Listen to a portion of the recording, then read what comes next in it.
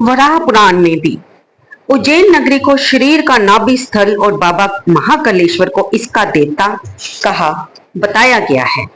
तो दोस्तों, स्वागत है आपका अपने ही YouTube चैनल कलयुग के चमत्कार संतों की वाणी में। हमने अपनी पहली वीडियो में सुनी थी मल्लिकार्जुन ज्योतिर्लिंग और सोमनाथ मंदिर के ज्योतिर्लिंग की कथा के बारे में। आज हम आपके सामने लाए हैं महाकालेश्वर ज्योतिर्लिंग की कथा। हम सभी ने बचपन से पढ़ा है कि हमारी पृथ्वी गोलाकार है, लेकिन जब इसके केंद्र बिंदु की बात आती है तो हम सोचते हैं कि ये कहाँ पर होगा। तो हम आपको ये बताएं अगर कि मध्य प्रदेश का शहर उज्जैन ही पृथ्वी का केंद्र बिंदु है, तो क्या आप इस बात पर यकीन करेंगे? आपको करना पड़ेगा, क्योंकि खुद खगोल शास्त्री मानते हैं कि मध्य प्रदेश का ये प्राचीन शहर धरती और आकाश के बीच में स्थित है। यहाँ तक कि शास्त्रों में भी उज्जैन को देश का नाभि स्थल बताया गया है।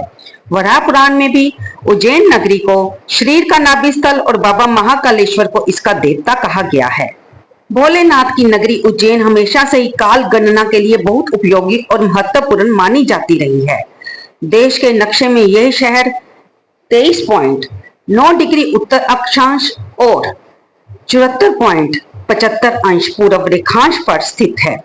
इतना ही नहीं, खुद ऋषि मुनि भी ये मानते आए हैं कि उज्जैन शून्य रेखांश पर स्थित है। कर्क रेखा भी इस शहर के ऊपर से गुजरती है, अर्थात उज्जैन ही वह शहर है जहां पर कर्क रेखा और भूमध्य रेखा एक दूसरे को काटती हैं। इस प्राचीन नगरी की विशेषताओं को ध्यान में रखकर ही काल गणना, पंचांग निर्माण और साधना के लिए उज्जैन को सर्वश्रेष्ठ माना गया है। इसी कारण प्राचीन समय से ही ज्योतिषाचार्य यहीं से भारत की काल गणना करते आए हैं। काल की गणना की वजह से ही यहाँ के आराध्य भगवान शिव को महाकाल के नाम से जाना जाता है। तो दोस्तों, अब आपको पता चल गया होगा कि हम यहाँ पर महादेव को महाकाल के नाम से क्यों जानते हैं, कि ये महाकाल का ज्योतिर्लिंग दक्षिण मुखी है। उज्जैन स्थित महाकाल मंदिर का ये पौराणिक महत्व है कि भगवान शिव ने यहाँ पर दूषण नामक राक्षस का वध कर अपने भक्तों की रक्षा की थी। इस कहानी के बारे में हम आपको इसी वीडियो में आगे चलकर बताएंगे। और यहीं पर भक्तों के निवेदन से भोले बाबा यहाँ पर विराजमान हुए थे और ये भगवान शिव के 12 ज्योतिर्लिंगों में से तीसरा ज्योतिर्लिंग है। और इसकी खास बात यह है कि ये एकमात्र ऐसा ज्योतिर्लिंग है जो दक्षिण मुखी है। यही वजह है कि तंत्र साधना के लिहाज से इसे काफी अहम माना जाता है, क्योंकि तंत्र साधना के लिए दक्षिण मुखी होना जरूरी है। इस मंदिर के लिए यह भी मान्यता है कि यहाँ पर भगवान शिव स्वयं प्रकट हुए थे। इसलिए पुराणों में यह भी कहा गया है कि उज्जैन की स्थापना खुद ब्रह्मा जी ने की थी और महाकाल के दर्शन मात्र से ही मोक्ष की प्राप्ति हो जाती है। काल गणना के अलावा उज्जैन शहर अपने राजा विक्रमादित्य की तरफ ही काफी जाना जाता है। प्राचीन काल में इस नगरी में राज करने वाले राजा विक्रमादित्य ने हिंदुओं के लिए एक ऐतिहासिक कैलेंडर विक्रम संवत का निर्माण करवाया था, जो वर्तमान में एक प्रचलित हिंदू पंचांग है। इसी पंचांग के आधार पर भारत के उत्तरी, पश्चिमी, मध्य भाग में व्रत त्योहार मनाए जाते हैं और इस संवत को नेपाल में भी मान्यता मिली हुई है। विक्रम संवत से पहले देश में युधिष्ठिर संवत, कलयुग संवत और सप्तऋषि संवत भी प्रचलित रह चुके हैं। उज्जैन के कुंभ को सिंहस्थ भी कहते हैं। हिंदू धर्म में ये प्राचीन धार्मिक नगरी देश के 51 शक्तिपीठों और 4 कुंभ स्थलों में से एक है। यहाँ पर हर 12 साल में पूर्ण कुंभ और हर 6 साल में अर्ध कुंभ मेला लगता है। इसीलिए उज्जैन में होने वाले कुंभ मेले को सिंहस्थ कहा जाता है। सिंहस्थ का संबंध सिंह राशि से होता है। जब सिंह राशि में बृहस्पति और मेष राशि में सूर्य का प्रवेश होता है तो उज्जैन में कुंभ का आयोजन होता है। शिप्रा नदी के तट पर बसे होने की वजह से इस शहर को शिप्रा के नाम से भी जाना जाता है। इसके अलावा ये प्राचीन नगरी संस्कृत के महान कवि कालिदास की नगरी से भी प्रचलित है। वही अगर हम बात करें तो उज्जैन को पहले अवंतिका, उज्जैनी, कनकशृंगा के नाम से भी जाना जाता था। ये मध्य प्रदेश के 5वें सबसे बड़े शहरों में से एक है, जो अपनी धार्मिक मान्यताओं के अनुसार दुनिया भर के पर्यटन का प्रमुख स्थल है। महाकालेश्वर मंदिर के अलावा जहां पर गणेश मंदिर, हरिसिद्धि मंदिर, गोपाल मंदिर, मंगलनाथ मंदिर, काल भैरव मंदिर बहुत ही प्रसिद्ध हैं। अगर आप यहाँ पर जाएं तो इन मंदिरों के दर्शन भी अवश्य करें। इन बातों के साथ साथ हम आपको उज्जैन में महाकाल से संबंधित और भी बातें बताते हैं, क्योंकि हमारी वीडियो का उद्देश्य यही होता है कि हमने जितनी भी ज्यादा से ज्यादा जानकारी मीडिया से एकत्रित की है वो हम आपको एक ही वीडियो में आपके सामने लाएं। उज्जैन में आप जानते हैं कि कोई भी राजा, कोई भी मंत्री रात को नहीं रुक सकते। वहां पर किसी भी मंत्री राजा का रुकना, नेता का रुकना मना है। ऐसा इसलिए माना जाता है कि उज्जैन के लोगों का कहना है कि यहाँ पर केवल एक ही राजा है और वह है बाबा महाकाल। उज्जैन के महाकालेश्वर मंदिर में शिवलिंग में एक दरार पाई जाती है, जिसके साथ एक ऐतिहासिक घटना है कि किंवदंती के अनुसार मुगल काल के दौरान मंदिर पर हमला किया गया था और ये शिवलिंग क्षतिग्रस्त हो गया था। ये दरार तब से मंदिर का की पहचान का एक अभिन्न अंग बन गई। इसका धार्मिक महत्व भी माना जाता है। जब मुस्लिम बादशाह ने, जो कि इस मंदिर की जगह पर मस्जिद बनवाना चाहता था, उसने अपने गुलामों को मंदिर तोड़ने का आदेश दिया। इसलिए उसने पहले इस शिवलिंग को तोड़ने का फैसला किया और फिर मंदिर को। उन्होंने शिवलिंग पर धातु की छड़ों से जितनी बार संभव हो सका उतनी बार प्रहार किया, लेकिन शिवलिंग इतना कठोर था कि वे उसे पूरी तरह तोड़ने में सफल नहीं हुए। लेकिन उन प्रहारों के कारण ही इसमें छोटी छोटी दरारें दिखाई देती हैं। ये इस शहर में इस मंदिर से प्रसिद्ध एक कहानी है, जिसका कोई प्रमाण तो नहीं है, क्योंकि जब मुस्लिम सम्राट शिवलिंग तोड़ने में सफल रहा तो वह नहीं चाहता था कि लोगों को उसके असफल प्रयास के बारे में पता चले, जिससे उसकी प्रतिष्ठा प्रभावित हो सकती थी। और उस प्राचीन समय में राजा के लिए प्रतिष्ठा बहुत मायने रखती थी। इसलिए जब वह इस मंदिर में तोड़ने में असफल रहा तो उसने इसे ऐसे ही छोड़ दिया। तब भक्तों का यही मानना है कि यह दरार सृजन और विनाश के बीच संतुलन का प्रतिनिधित्व करती है और भगवान शिव की शक्ति का प्रतीक है। हालांकि ये उज्जैन में शिवलिंग में दरार से जुड़ी एक लोकप्रिय किंवदंती है।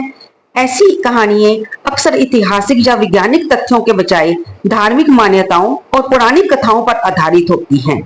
महाकाल के दर्शन करने से ऐसा माना जाता है कि जो भी भक्त महाकालेश्वर के दर्शन कर अपनी मनोकामना करता है, उसकी मनोकामना जरूर पूरी होती है। ऐसे ही माना जाता है कि इसके दर्शन मात्र करने से धन धान्य, निरोगी शरीर, लंबी आयु, संतान आदि सब कुछ अपने आप ही प्राप्त हो जाता है। ऐसा माना जाता है कि उज्जैन के राजा महाकाल बाबा श्रावण मास में प्रति सोमवार नगर भ्रमण करते हैं और अपनी प्रजा को देखते हैं। महाकाल की सवारी में किसी भी प्रकार का नशा करके शामिल नहीं होते और महाशिवरात्रि के दिन तो पूरा समूचा शहर शिवमय हो जाता है। यहाँ आने भर से ही सारे संकट समाप्त हो जाते हैं।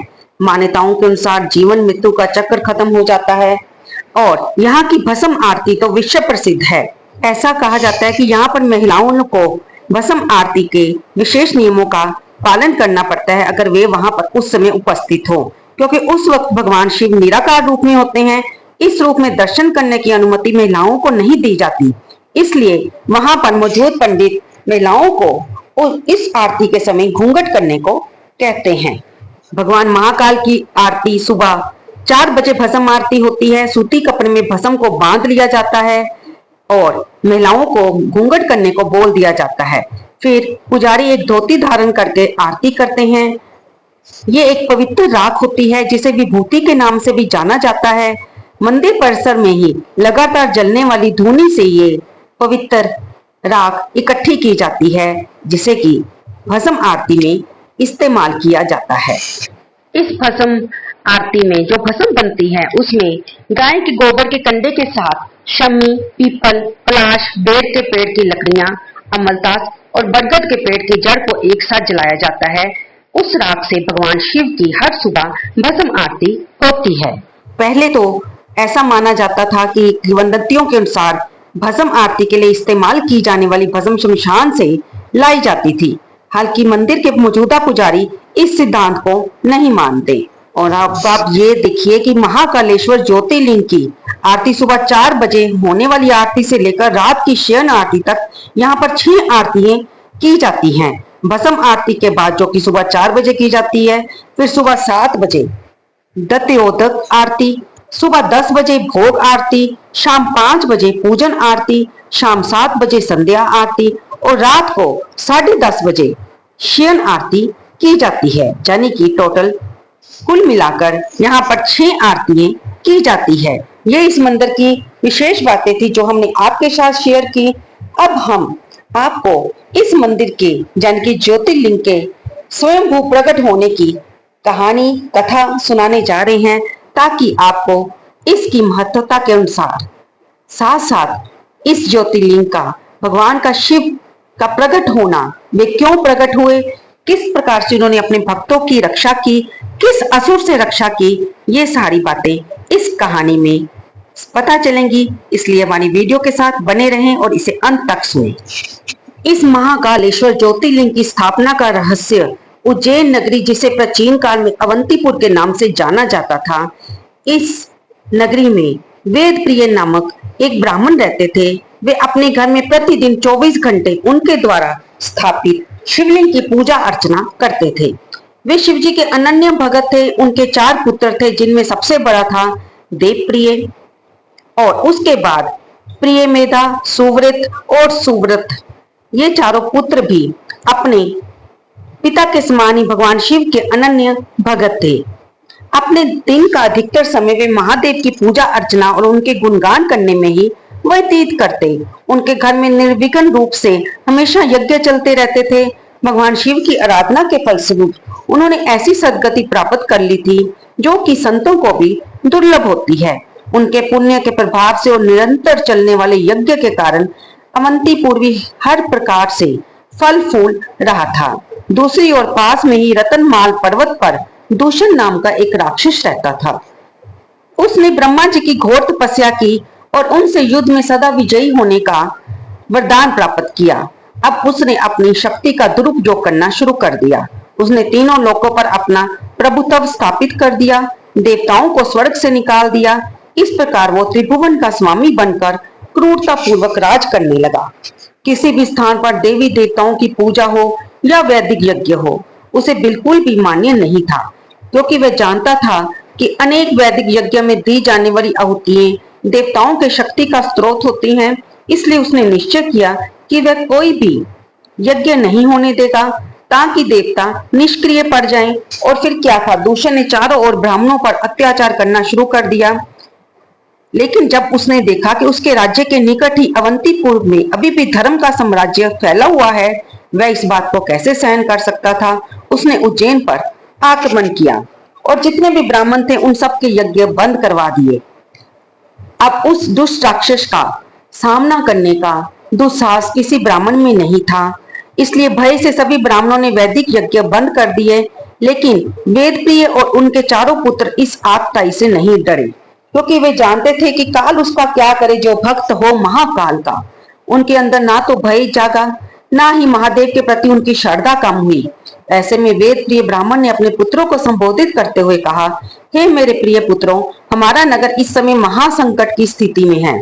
चारों ओर आपदाई असुर ने अस्त्र शस्त्र से सज्जित अपने सैनिक एकत्रित किए हुए हैं, लेकिन हमारे पास ना तो कोई सेना है, ना ही कोई शस्त्र। हम उनसे युद्ध नहीं कर सकते। हमारे पास कोई है तो सिर्फ है हमारे आराध्य देव भगवान शिव। हम उन्हीं की पूजा करेंगे, हमें उन्हीं की शरण में जाना चाहिए। उनके प्रति हमारी श्रद्धा को अटूट बनाए रखना चाहिए। वे अवश्य अपने भक्तों की रक्षा करते हैं। अपने पिता के ऐसे साहसपूर्ण वचनों को सुनकर सभी पुत्रों ने एक नवीन उत्साह और श्रद्धा का संचार हुआ। उन्होंने मिट्टी से बने हुए अपने शिवलिंग की पूजा करना आरंभ कर दिया।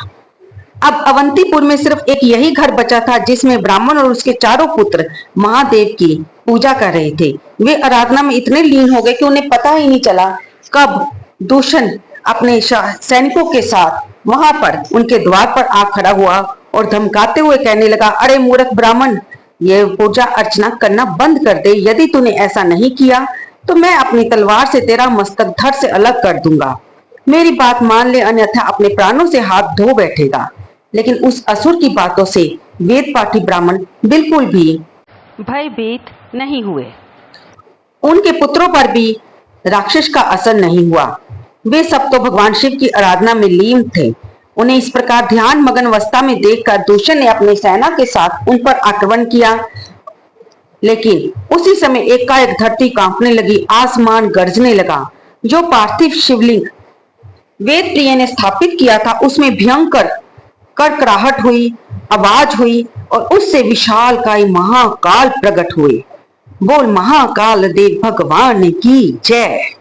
सिंहनाद करते हुए उन्होंने उस असुर से कहा, अरे मूर्ख, तूने मेरे भक्तों पर अत्याचार किया है। तुझे क्या लगा कि ये नहीं सहाय हैं? इनका कोई साथ देने वाला नहीं है। जा, अब जितनी तीव्रता से यहाँ से भाग सकता है भाग ले और अपने प्राणों को बचा ले। इतना कहकर महाकाल ने दूषण और उसके सैनिकों को भागने का अवसर दिया। लेकिन थोड़ी दूर जाते ही महाकाल की दृष्टि जब उन पर पड़ी, वे उनकी क्रोध की ज्वाला से सभी सैनिक और राक्षस जलकर भस्म हो गए।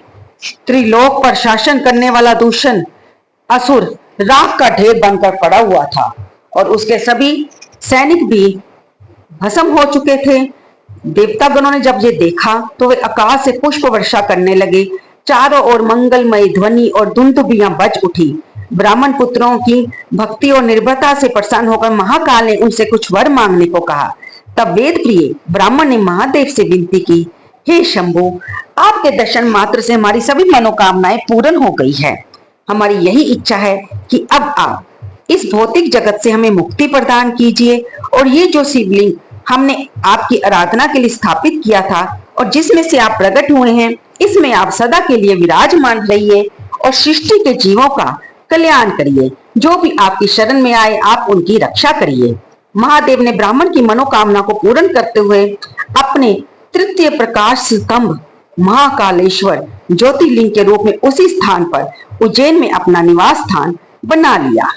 नैमिषारण्य तीर्थ में भी एकत्रित हुए शौनक आदि ऋषियों को महाकालेश्वर ज्योतिर्लिंग का महत्व बताते हुए सुखदेव स्वामी जी कहते हैं कि जो भी व्यक्ति महाकाल के दर्शन करता है उसे स्वप्न में कोई भी दुख नहीं आता।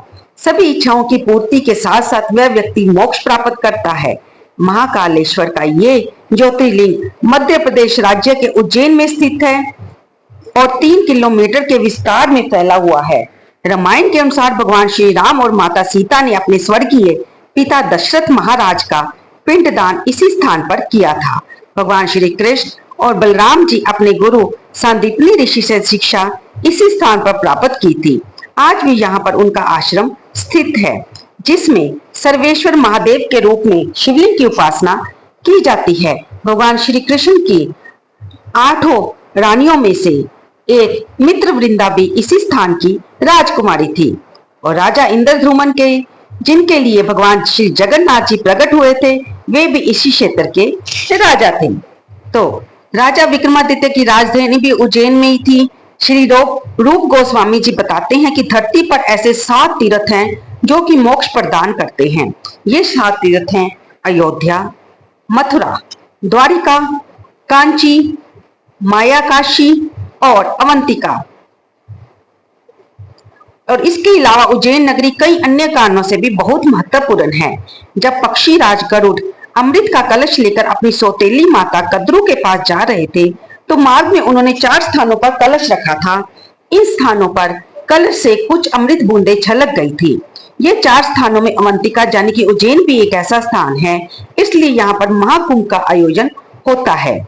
और भगवान विष्णु की कृपा से उज्जैन में शिप्रा नदी प्रकट हुई थी, इसलिए जो कोई भी इस पवित्र शिप्रा नदी में स्नान करके फिर महाकालेश्वर ज्योतिर्लिंग के दर्शन करता है, उसे सभी 12 ज्योतिर्लिंग के दर्शन करने का फल प्राप्त होता है। जब राजा विक्रमादित्य अपनी राजधानी अवंतिका में निवास करते थे, तब उन्हें ये अनुभव हुआ कि साक्षात महाकाल यहाँ विराजमान है। इसलिए उन्होंने घोषणा की कि उज्जैन के राजा वे नहीं बल्कि महाकाल है। इसके पश्चात राजा विक्रमादित्य केवल दिन के समय में ही उज्जैन नगरी में रहकर अपना राजपाट का कार्य करते और सूर्यास्त होने के बाद शयन करने के लिए वे उज्जैन से प्रस्थान कर जाते। उनके वंशजों ने भी इस प्रथा का अनुगमन किया। इसलिए ये एकमात्र ऐसा मंदिर है जहां दक्षिण मुखी शिवलिंग स्थापित है।